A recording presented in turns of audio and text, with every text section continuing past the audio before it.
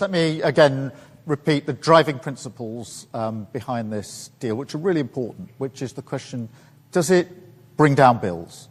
And I think it's really important to see the reaction of supermarkets, of Salmon Scotland, to begin to answer that question, because they are celebrating this because they know it will reduce prices. And we all know how hard the cost of living crisis is bearing down on working people, and therefore bringing down is hugely important. Does it boost jobs in security, in defence, steel, of course, and of course across all those areas affected by the SPS agreement, energy and electricity also within the scope of this. And then, of course, does it take vital measures to help protect our borders? And this goes beyond what we've been able to do before in answering those questions. So they are the principles that we set for this. I think it's important to remember in relation to fishing that next year, under the old arrangement, we didn't cease to have any EU fishing in our waters. We simply went to a year-on-year negotiation, which means there's no stability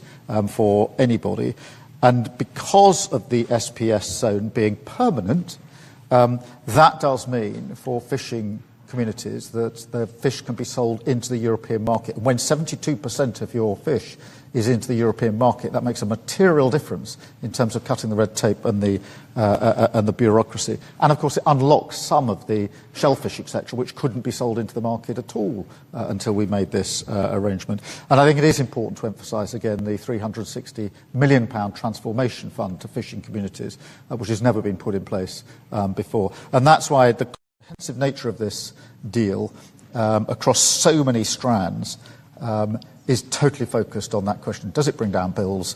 Does it drive up jobs? And does it help us take control of our borders? And it answers all of those questions, which I think are fundamentally important for working people. Thank you.